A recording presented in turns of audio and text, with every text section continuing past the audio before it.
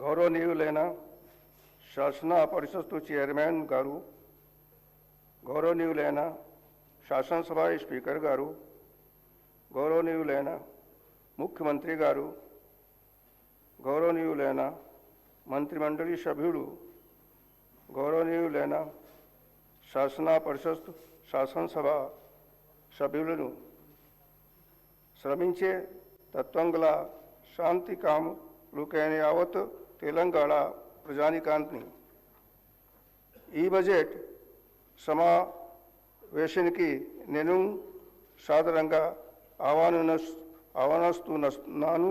ఒక చరిత్రాత్మక పరిదర్శన దాంట్లో తెలంగాణ ఉండగా మనమందరం సమావేశం అవుతున్నాను. ప్రభుత్వం కేవలం పరిపాలన మాత్రమే కాకుండా ఒక భవిష్యత్తును రూపొందిస్తుందని, ఇందులో ప్రతి పౌరుడు పురోగతిలో భాగస్వామిగా ఉంటారు. స్వయం పాలన, గౌరవం, న్యాయబద్ధమైన అభివృద్ధి కోసం ప్రజల ఆకాంక్షల ద్వారా ఒక సుదీర్ఘమైన చరిత్రాత్మక పోరాట ఫలితమే తెలంగాణ రాష్ట్ర ఏర్పాటు. రాష్ట్ర అవతరణకు చేసిన త్యాగాలు, విశ్వాసాలను గౌరవిస్తూ ప్రజాపాలన స్ఫూర్తి ద్వారా మార్గదర్శకం పొందుతూ పాలనలో పౌరులను కేంద్ర విధంగా ఉంచడానికి ద్వారా ప్రతి కుటుంబానికి, సమాజంలోని ప్రతి వర్గానికి అభివృద్ధి ప్రయోజనాలు అందేలా చూడడానికి నా ప్రభుత్వం కట్టుబడి ఉంది. ప్రజాపాలన మార్గదర్శక సూత్రాలను నా ప్రభుత్వం దృఢంగా విశ్వసిస్తుంది. అంటే ప్రజా కేంద్రీకృత పరిపాలన. ఇక్కడ ప్రతి విధానం, నిర్ణయం మరియు కార్యాచరణలో ప్రజా సంక్షేమము, న్యాయం, గౌరవం కేంద్రం బిందువుగా ఉంటాయి.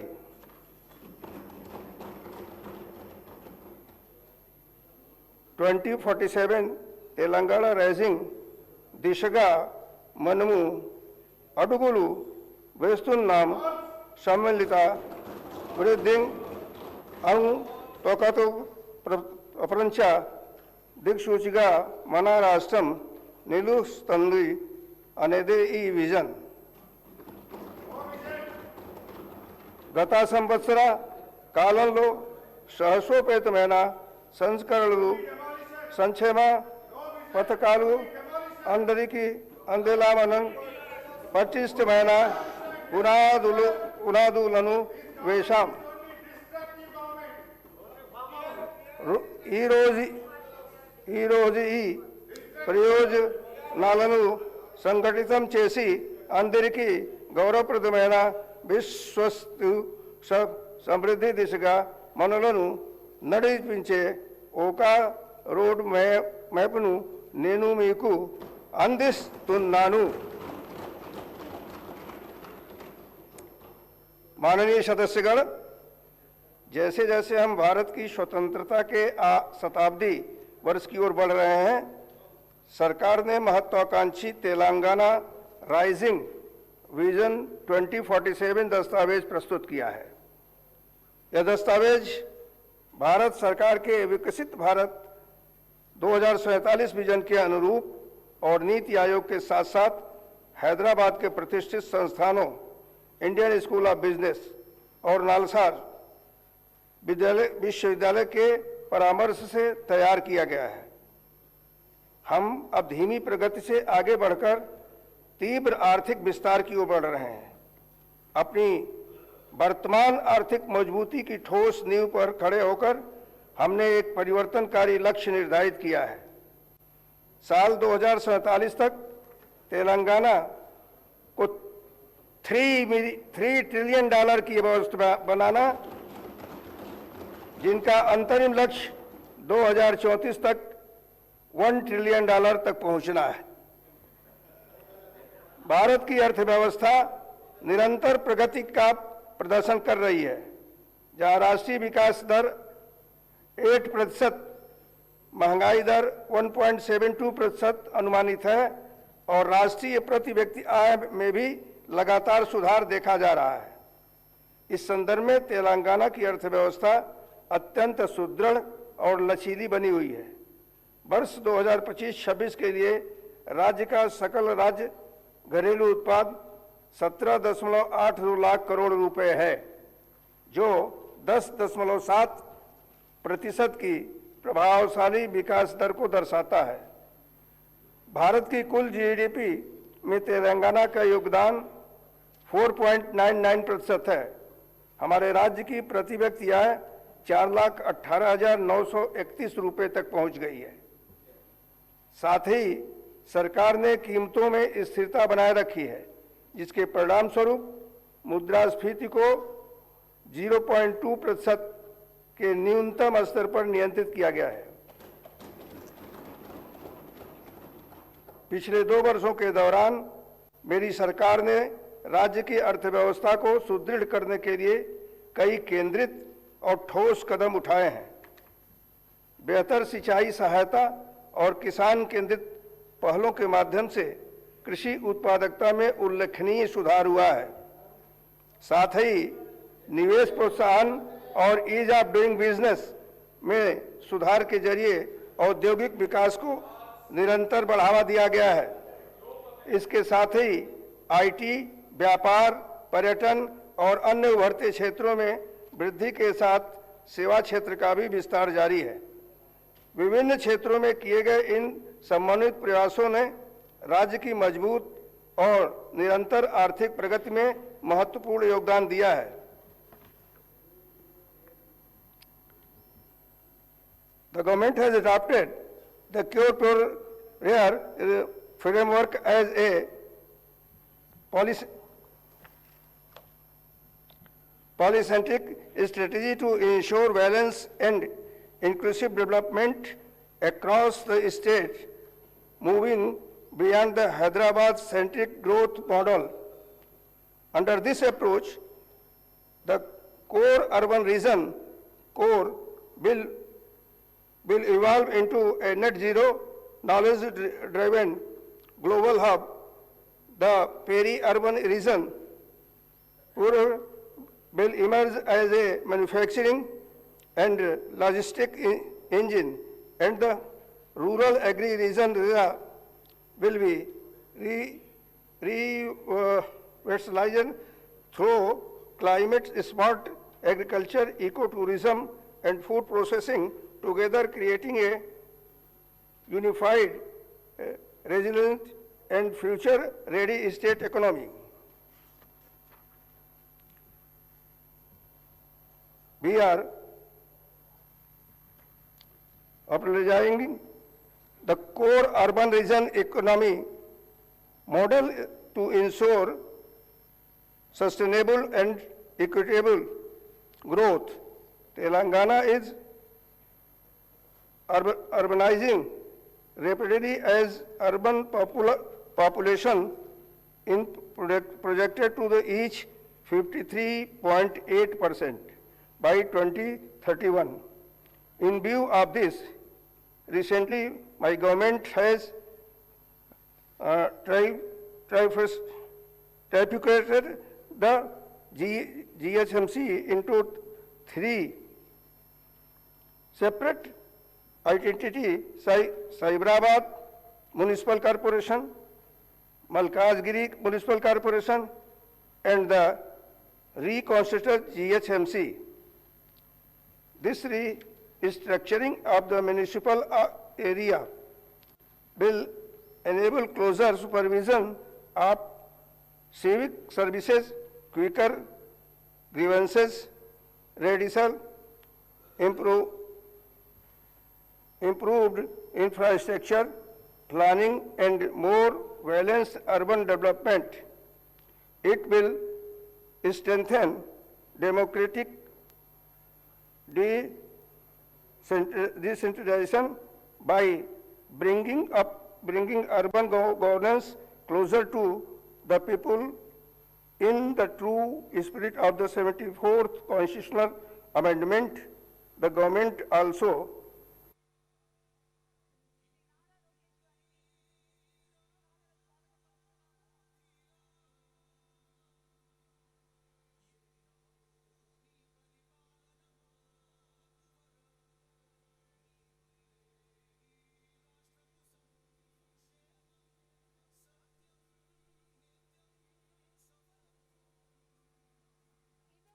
framework including HMWSSB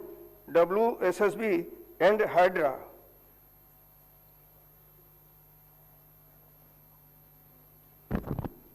The enhanced law enforcement and administrative efficiency, and government has reorganized the Hyderabad police jurisdiction into 4 commissionerates: Hyderabad, Cyberabad, Malkajgiri, and the newly established future city commissionerate across the metropolitan region.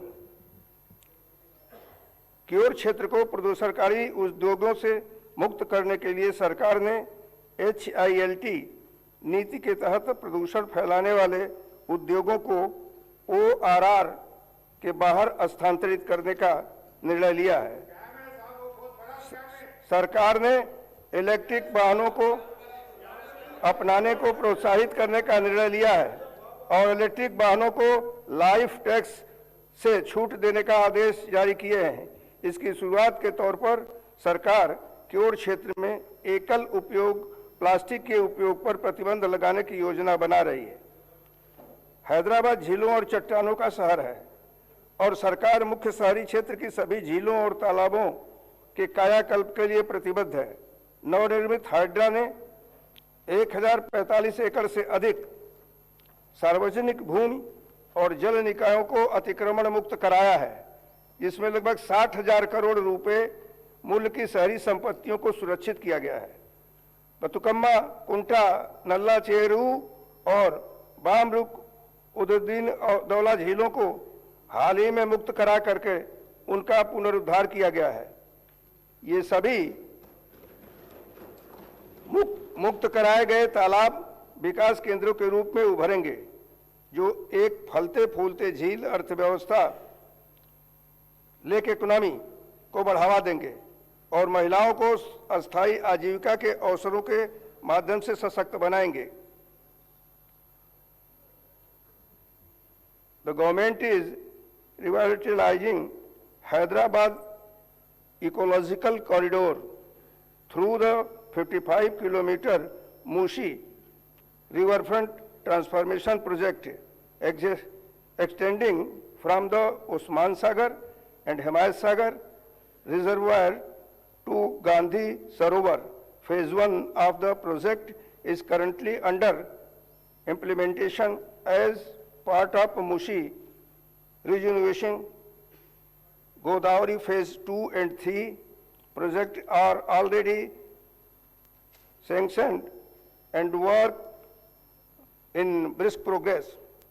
This project will provide 2.5 TMC water for Musi rejuvenation by linking Usman Sagar and Himayat Sagar, and 300 MGD drinking water to Cure area.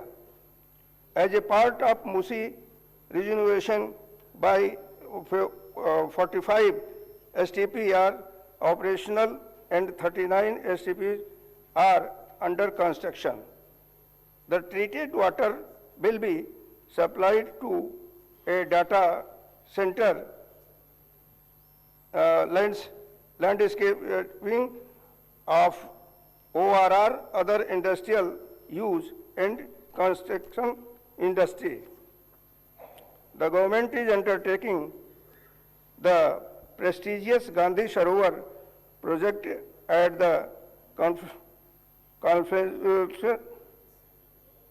confluences of the Musha and Isha reevaluate envisioned as a world-class experimental center dedicated to the teaching of Mahatma Gandhi.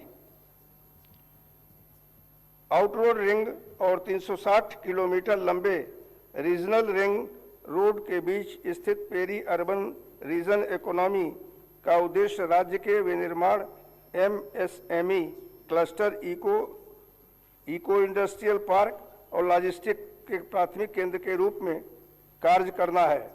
औद्योगिक क्षेत्र अब हमारी अर्थव्यवस्था में 3.04 लाख करोड़ रुपए का योगदान दे रहा है। तेलंगाना का पश्चिमी क्षेत्र यानी कोंडांगल क्षेत्र अगले कुछ वर्षों में एक औद्योगिक केंद्र बनने जा रहा है।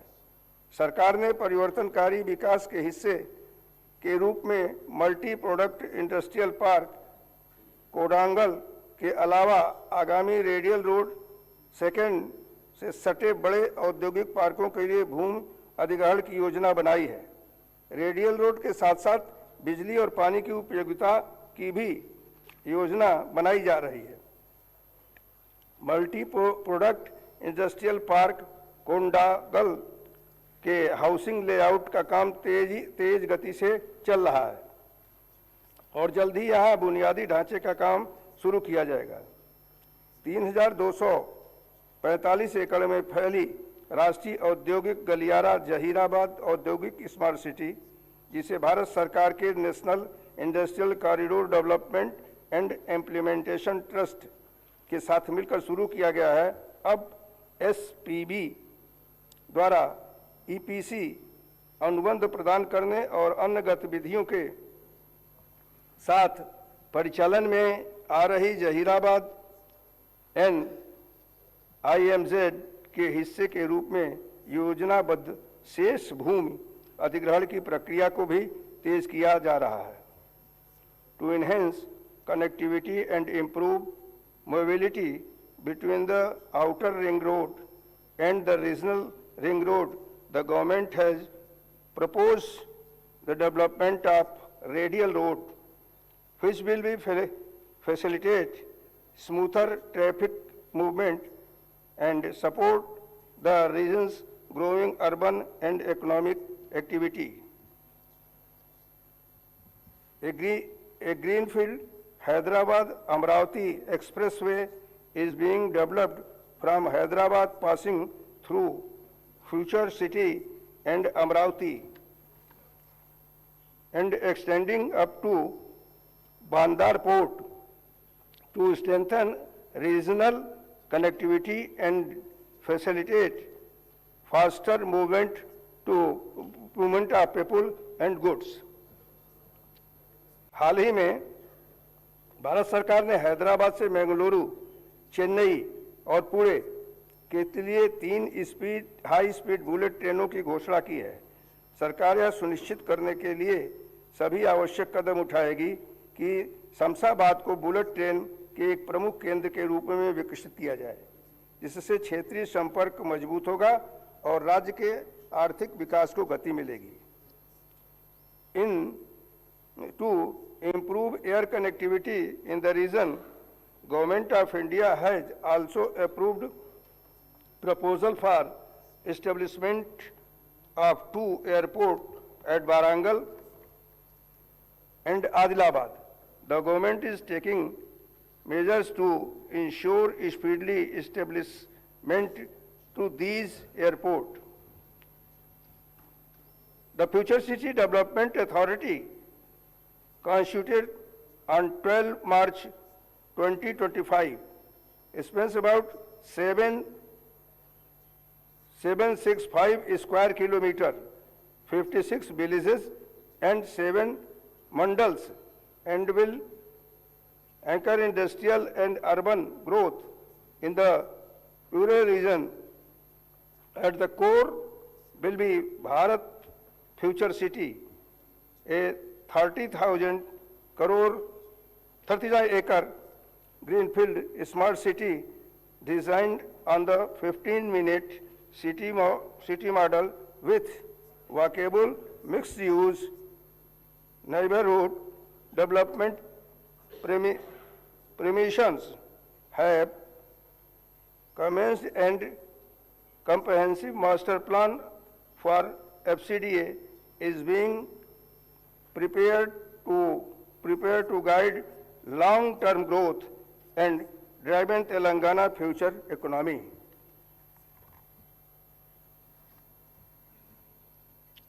ऊर्जा क्षेत्र में हमारी अनुबंधित क्षमता बढ़कर के 23,187 मेगावाट हो गई है, जिसमें 44.55 हिस्सा सराहनीय रूप से नवीनीकरणीय स्रोतों से आता है।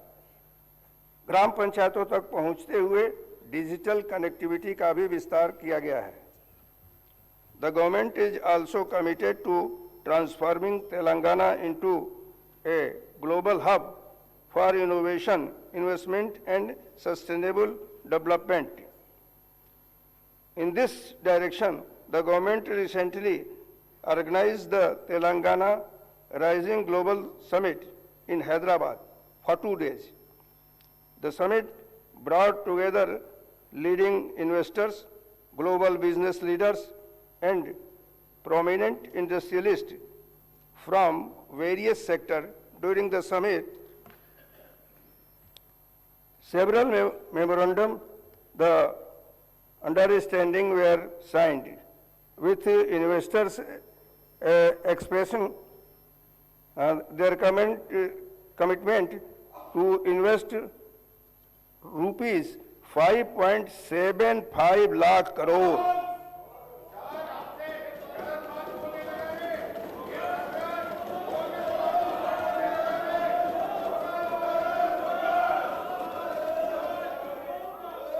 These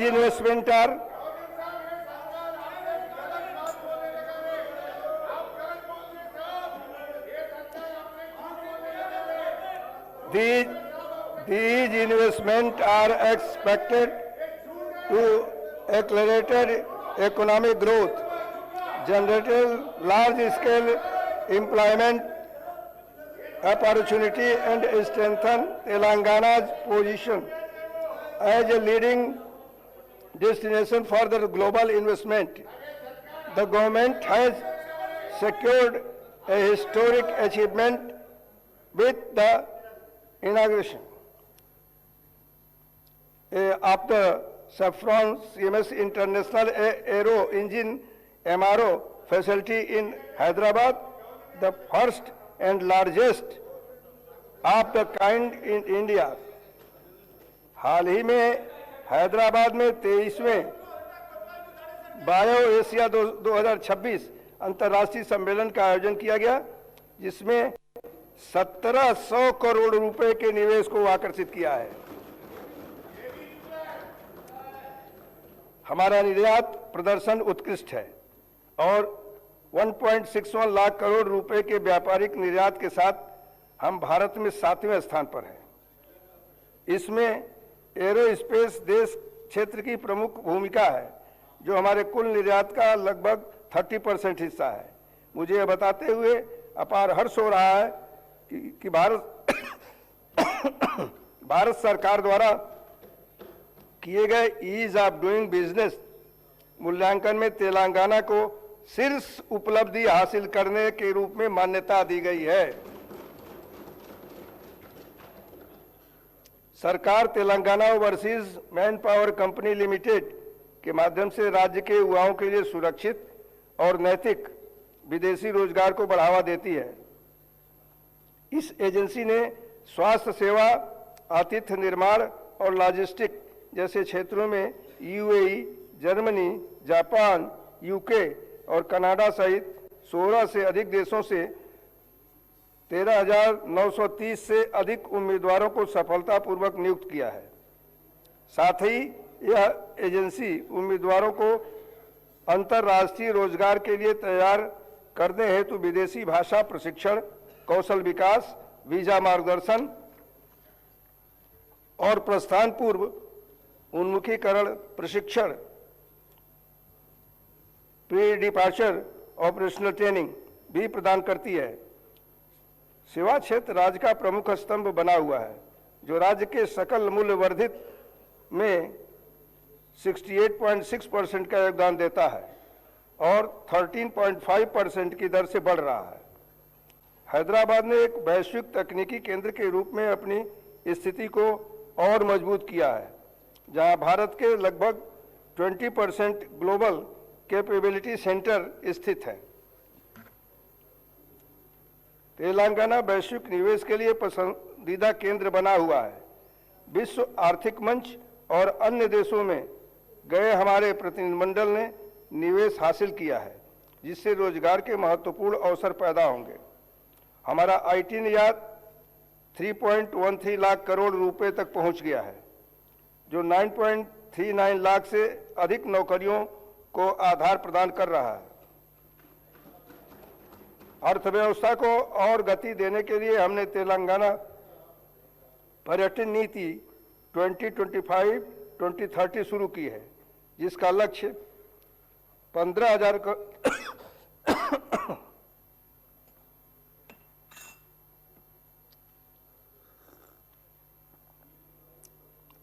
करोड़ रुपए का निवेश और 3 लाख नौकरियों का सृजन करना है।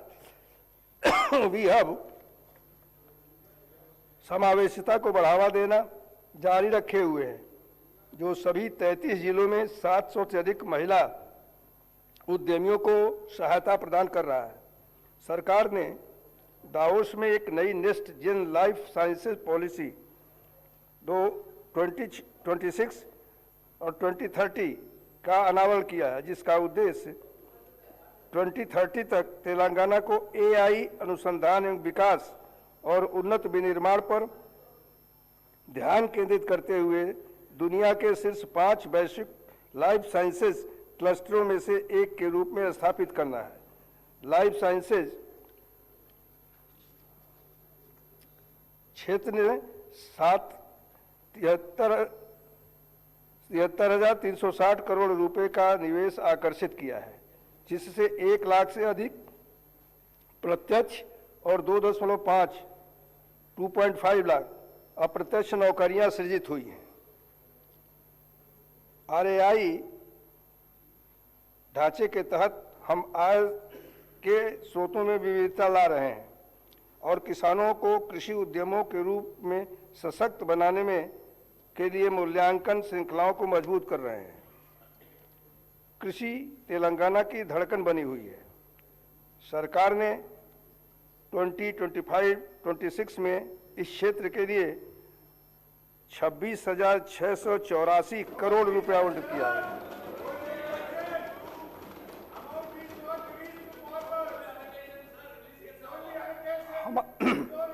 हमारा खाद्यान्न उत्पादन रिकॉर्ड 236.87 लाख मीट्रिक टन पहुंच गया है, जिसमें धान, मक्का और कपास का वर्चस्व कायम है। इसके अतिरिक्त पशुपालन और मत्स्य पालन में भी स्वस्थ वृद्धि देखी गई है, जो राज्य की अर्थव्यवस्था में 1.11 लाख करोड़ रुपए का योगदान कर रहे हैं। किसानों के प्रति अपनी प्रतिबद्धता को प्रदर्शित करते हुए वानकलम 2025 के दौरान हमने निवेश सहायता योजना रैतु भरोसा के तहत मात्र 9 दिनों के भीतर 8,744 करोड़ रुपए जारी किए हैं।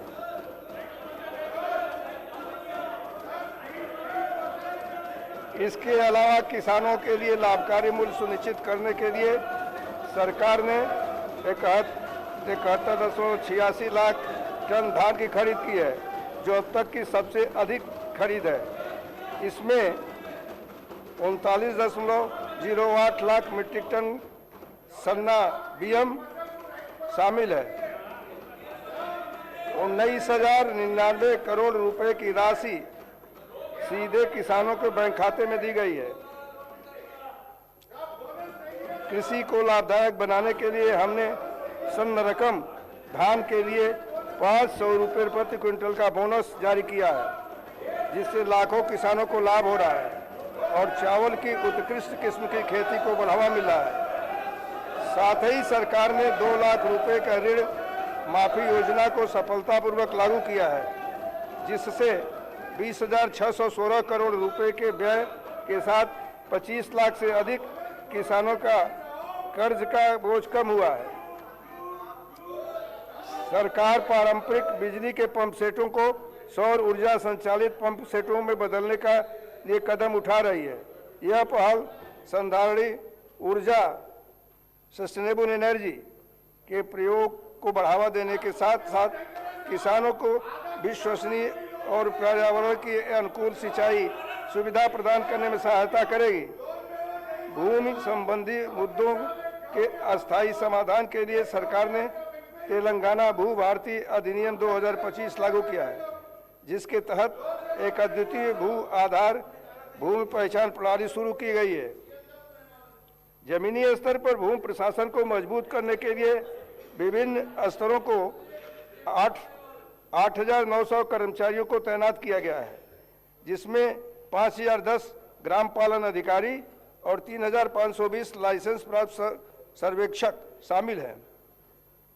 यह पहल किसानों की समस्याओं के समाधान और भूमि संबंधी शिकायतों के त्वरित निपटारे में मदद करेगी। इस वर्ष 3.76 लाख नए पट्टादार पासबुक जारी किए गए हैं। भू भारती अधिनियम की परिकल्पना के अनुसार किसानों की सुविधा के लिए पंजीकरण, राजस्व और सर्वेक्षण गतिविधियों को एक ही प्लेटफॉर्म पर लाया जा रहा है। मेरी सरकार सिंचाई क्षेत्र को सर्वोच्च प्राथमिकता देती है और कृष्णा तथा गोदावरी नदियों के पानी के बंटवारे में राज्य के हितों की रक्षा के लिए सभी मंचों पर दृढ़ता से हर संभव उपाय कर रही है।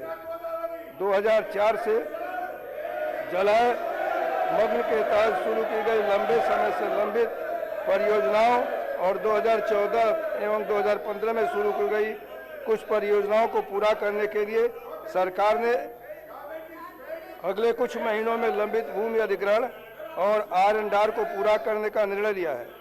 सरकार का लक्ष्य अगले 3 वर्षों में सभी चल रही सिंचाई परियोजनाओं को पूरा करना है। आने वाले 3 वर्षों में इन सभी परियोजनाओं पर ध्यान केंद्रित करके एक बड़ा आयकट विकसित किया जाएगा।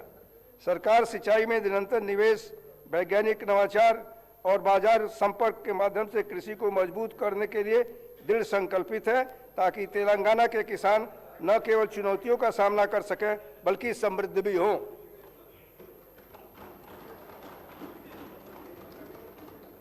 सरकार तेलंगाना के हर परिवार के कल्याण और गरिमा को मजबूत करने के लिए प्रतिबद्ध है। बीते वर्षों में राज्य के कई पात्र परिवार नए राशन कार्ड की प्रतीक्षा कर रहे थे। मुझे आज यह बताते हुए अत्यंत प्रसन्नता हो रही है कि उनकी वर्षों पुरानी यह प्रतीक्षा और आकांक्षा पूरी हो चुकी है। सरकार ने पूरे राज्य में 15.12 लाख नए राशन कार्ड जारी किए हैं।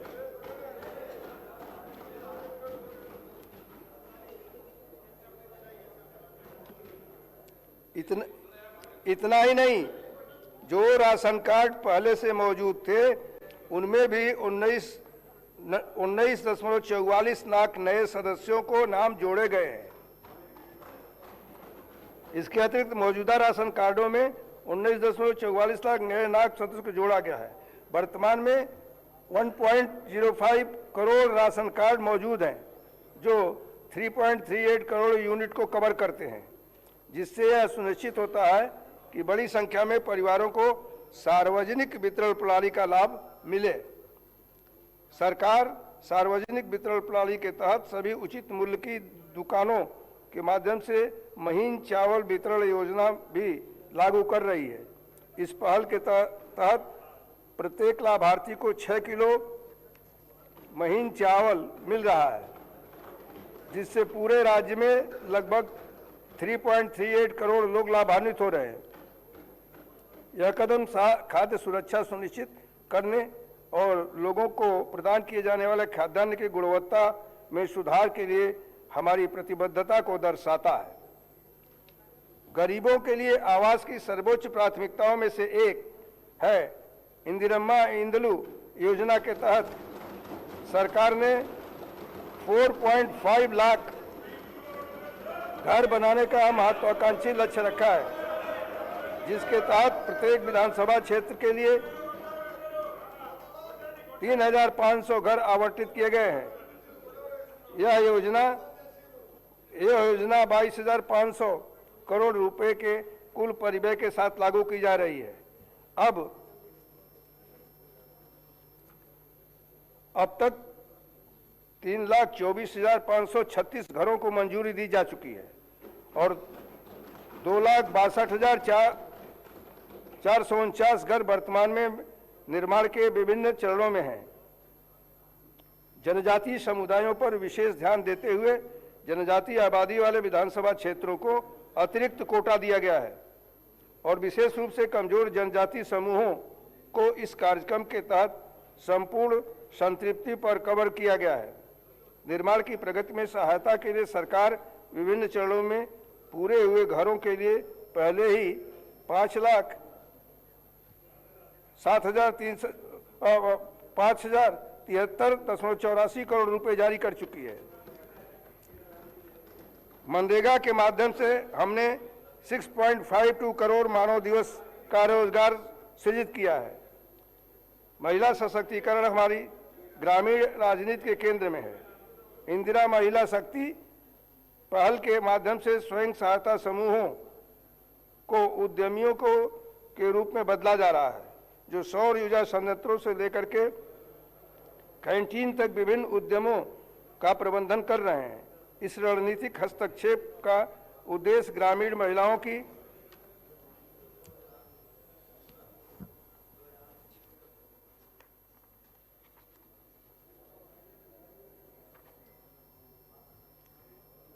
महिलाएं हमारी प्रगति की मशाल वाहक है। महालक्ष्मी योजना अपनी सफलता के पथ पर निरंतर अग्रसर है। इस योजना के अंतर्गत महिला यात्रियों को अब तक 269.68 करोड़ निःशुल्क बस यात्राओं का लाभ उठाया है। इससे यात्रा व्यय में 9,222 करोड़ से अधिक की संचयी बचत हुई है। यह वित्तीय स्वायत्तता महिलाओं की गतिशीलता और आर्थिक स्वतंत्रता को सुदृढ़ करने में सहायक सिद्ध हुई है।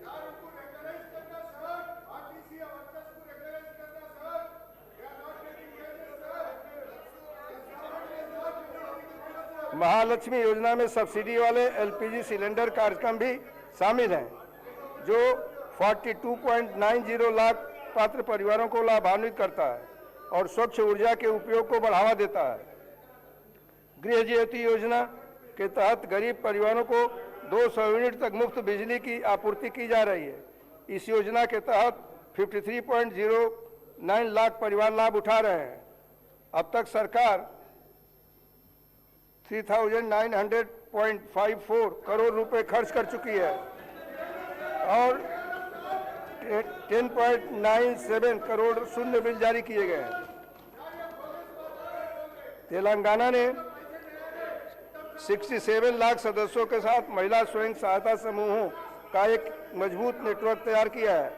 शहरी क्षेत्रों में इस सशक्त नेटवर्क का और अधिक विस्तार करने के लिए मेपमा और सर्प को एक एकीकृत संरचना के तहत लाया गया है। इससे कोटि महिला कोली स्वरुलू यानी 1 करोड़ महिला करोड़पति के दूरदर्शी नारे के तहत 1 करोड़ महिलाओं को करोड़पति बनाने के उद्देश्य से को प्राप्त करने में मदद मिलेगी। सरकार ने 1 करोड़ महिला उद्यमी तैयार करने का एक महत्वाकांक्षी लक्ष्य रखा है। नवीन पहलों में स्वयं सहायता समूहों द्वारा प्रबंधित और ऊर्जा संयंत्रों की स्थापना, अम्मा आदर्श पाठशाला के रखरखाव का प्रबंधन सौंपना और स्कूल यूनिफॉर्म मिलने का कार्य महिला समूहों को सौंपना शामिल है। इसके अतिरिक्त हम 10 जिलों में मौजूद भवनों के अलावा 22 जिलों में इंदिरा महिला शक्ति भवन स्थापित कर रहे हैं, जो महिला सशक्तिकरण के लिए वन स्टॉप सुविधा केंद्रों के रूप में कार्य करेंगे। सरकार ने महिलाओं के आर्थिक सशक्तिकरण के लिए इंदिरा महिला शक्ति बाजार जैसे परिवर्तनकारी मंच तैयार किए। शिल्परामम के पास स्थित इस 106 दुकानों के परिसर ने ग्रामीण कारीगरों को शहरी और वैश्विक बाजारों से जोड़ा है, जिससे स्वयं सहायता समूहों के उत्पादों की कुल 768 लाख रुपए की बिक्री हुई है। साथ ही स्वयं सहायता समूहों द्वारा 600 आरटीसी बसों की खरीद के लिए वित्त पोषण किया गया है, जिन्हें जीटीएस आरटीसी को किराए पर दिया जाएगा। इसके प्रथम चरण में 1.7784 करोड़ रुपए की लागत से 494 बसें पहले खरीदी जा चुकी हैं। इसके अतिरिक्त महिला नेतृत्व वाले उद्यमों का विस्तार करते हुए वर्तमान में नारायणपेट और रंगारेड्डी में स्वयं सहायता समूहों द्वारा संचालित 2 पेट्रोल पंप क्रियाशील हैं और 28 अतिरिक्त पेट्रोल पंप स्थापित करने की योजना है। महिला नेतृत्व वाले विकास के प्रति हमारी प्रतिबद्धता के अनुरूप तेलंगाना सरकार ने बैंक लिंकेज कार्यक्रमों और स्त्री निधि पहल के माध्यम से स्वयं सहायता समूहों को रुपए 1 लाख करोड़ का ऋण प्रदान करने की योजना बनाई है।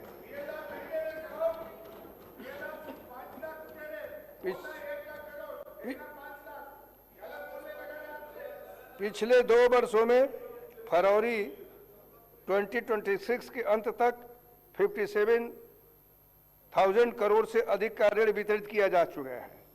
इस महत्वपूर्ण वित्तीय सहायता से तेलंगाना के ग्रामीण क्षेत्रों में गैर कृषि क्षेत्रों में 8,086.51 करोड़ के आर्थिक मूल्य के साथ साथ 4.70 लाख से अधिक सूक्ष्म उद्यमों का सृजन हुआ है।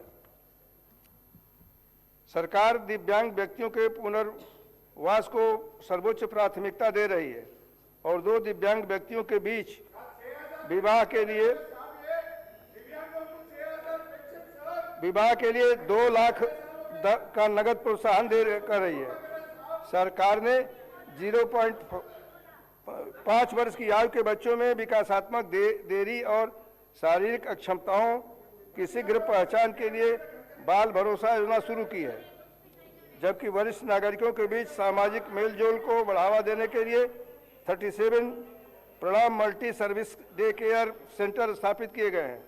सरकार 34 कामकाजी महिला छात्रावासों का निर्माण कर रही है और 500 पालना घर स्थापित कर रही है। इसके अतिरिक्त मुख्यमंत्री सहायता कोष के माध्यम से पिछले 2 वर्षों में 4,37,086 लाभार्थियों को सहायता प्रदान की गई है। इसके तहत 2,46.35 करोड़ का रिकॉर्ड वितरण किया गया है। तेलंगाना में शिक्षा का कायाकल्प करने और इसे एक नई दिशा देने के लिए नई तेलंगाना शिक्षा नीति तैयार करने हेतु एक समिति का गठन किया गया है। सरकार सभी कल्याण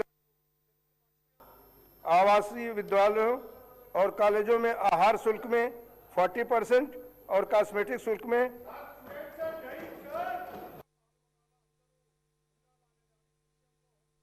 उच्च प्राथमिक स्तर पर कक्षाओं में 1.1 का नामांकन हासिल किया है। अम्मा आदर्श पाठशाला समितियों ने 706 करोड़ की लागत वाले बुनियादी ढांचा कार्यों को सफलतापूर्वक पूरा किया है। सरकार सभी विधानसभा क्षेत्रों में young India integrated residential school स्थापित कर रही है, जिसका उद्देश्य एक ही परिसर में अनुसूचित जात, अनुसूचित जनजात, पिछड़ा वर्ग और अल्पसंख्यक समुदायों के छात्रों को समावेशी शिक्षा प्रदान करना है। हाल ही में भारत सरकार ने बुनियादी ढांचे के उन्नयन के लिए एशियाई और संरचना निवेश बैंक से 4,903.44 करोड़ रुपए और यंग इंडिया एकीकृत आवासीय विद्यालयों के लिए एशियाई विकास बैंक से 4,094 करोड़ रुपए की बाहरी सहायता प्राप्त करने के लिए तेलंगाना सरकार के प्रस्ताव पर अपनी सहमति दे दी है। अटल समर्पण के साथ राज्य की सेवा करने वाले पुलिसकर्मियों को सहायता प्रदान करने के लिए सरकार ने मंचिरेवला गांव में यंग इंडिया पुलिस आवासीय विद्यालय स्थापित किया है। विशिष्ट प्रतिभाओं को तराशने के लिए सरकार ने भारत में अपनी तरह का पहला डॉक्टर मनमोहन सिंह पृथ्वी विज्ञान विश्वविद्यालय स्थापित किया है और यंग इंडिया शारीरिक शिक्षा एवं खेल विश्वविद्यालय की स्थापना कर रही है।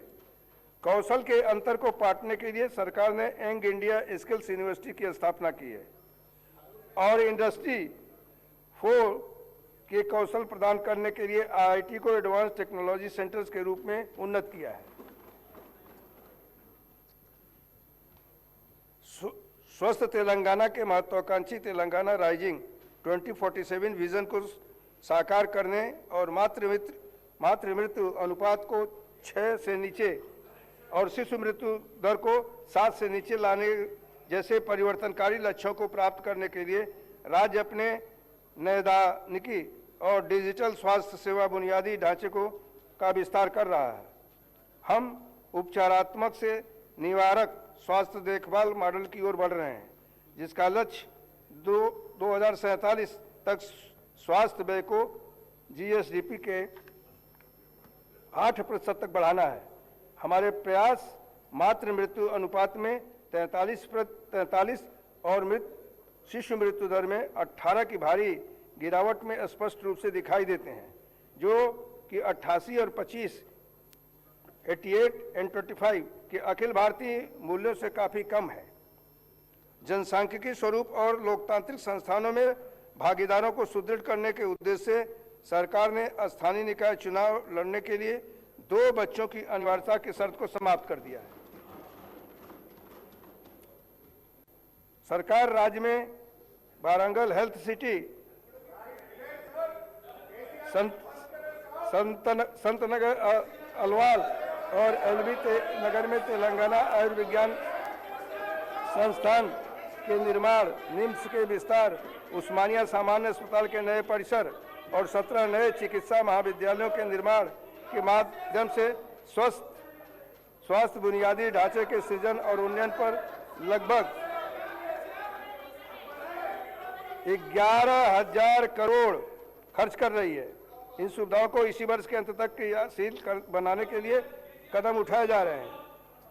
तेलंगाना के सभी गरीबी रेखा के नीचे रहने वाले परिवारों के लिए राजीव आरोग्य श्री योजना के तहत मिलने वाले कवरेज को रुपया 5 लाख से बढ़ा करके रुपया 10 लाख प्रति परिवार कर दिया गया है। यह कदम सार्वभौमिक स्वास्थ्य कवरेज प्राप्त करने के लिए प्रति सरकार की प्रतिबद्धता को और अधिक सुदृढ़ करता है। जैसा कि महात्मा गांधी ने सटीक रूप से कहा था कि भारत की आत्मा गांव में बसती है, इसी भावना के अनुरूप सरकार ने हाल ही में ग्रामीण और शहरी दोनों क्षेत्रों में स्थानीय निकाय चुनाव शांतिपूर्ण और सुव्यवस्थित ढंग से संपन्न कराए हैं। ये चुनाव लोकतांत्रिक संस्थानों को सुदृढ़ करने और जमीनी स्तर पर सहभागी शासन को गहरा करने की दिशा में एक महत्वपूर्ण कदम है। मैं सभी 1,15,000 नवनिर्वाचित प्रतिनिधियों को बधाई देता हूं और जनता की सेवा में उनके सफल और संतोषजनक कार्यकाल को कामना करता हूं।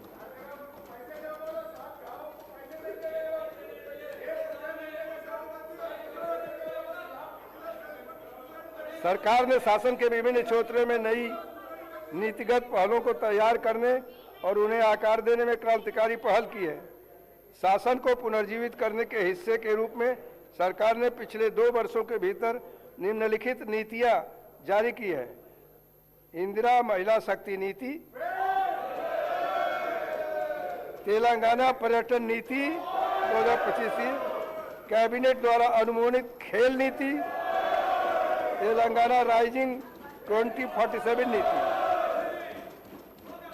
हैदराबाद औद्योगिक भूमि रूपांतरण नीति, स्वच्छ और हरित ऊर्जा नीति, एमएसएमई नीति, लाइफ साइंस नीति, इन नीतियों ने इन क्षेत्रों को नई गति दी है और उनमें गतिशीलता पैदा की है।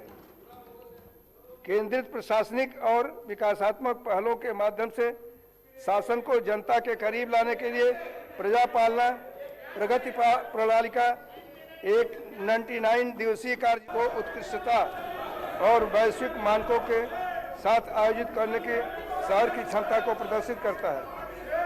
सरकार तेलंगाना की समृद्ध सांस्कृतिक और आध्यात्मिक विरासत को संरक्षित करने और बढ़ावा देने में बहुत गर्व महसूस करती है।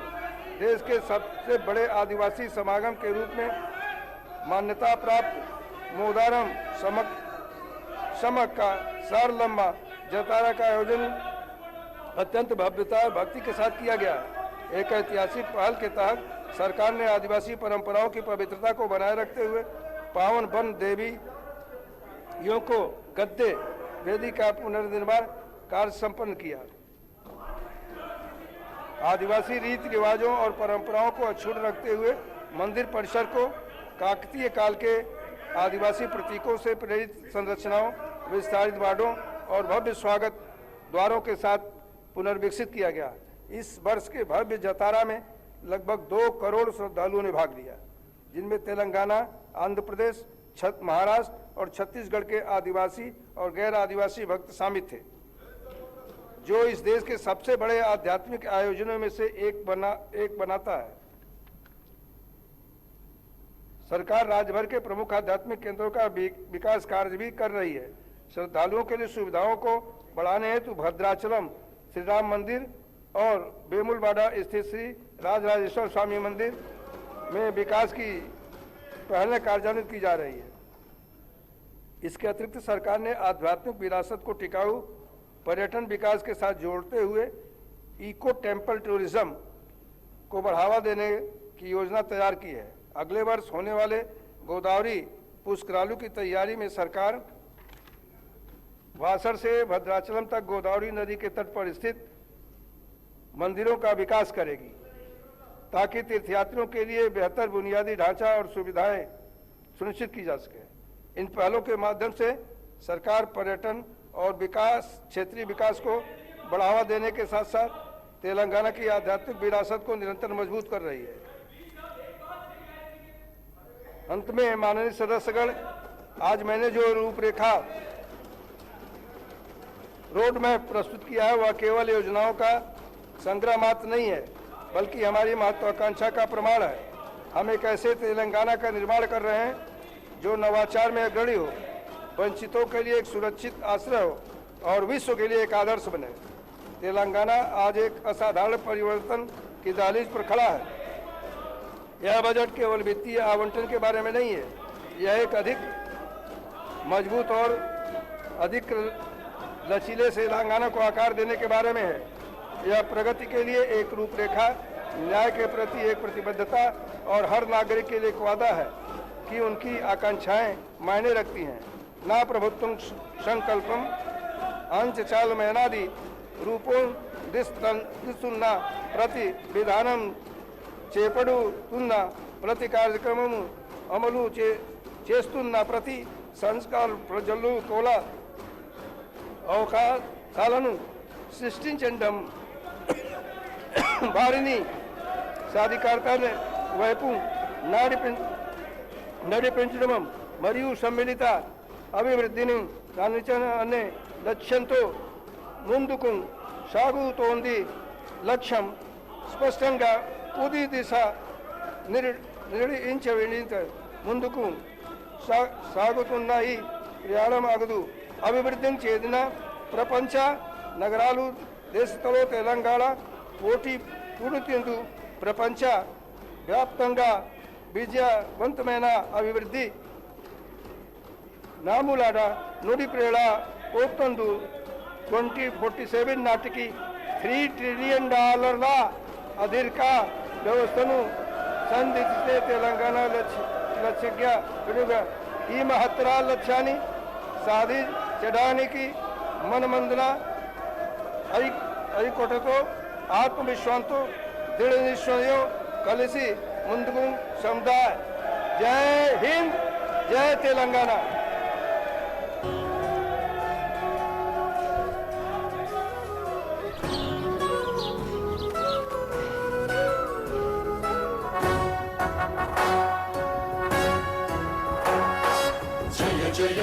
తెలంగాణ జననీ జయకేతనం ముకోటి గొంతుకలు ఒక్కటైన చేతనం తరతరాల చరితగల తల్లి నీరాజనం పద పదాన నీ పిల్లలు ప్రణమిల్లిన శుభ తరుణం జై తెలంగాణ జై జై తెలంగాణ జై తెలంగాణ జై జై తెలంగాణ.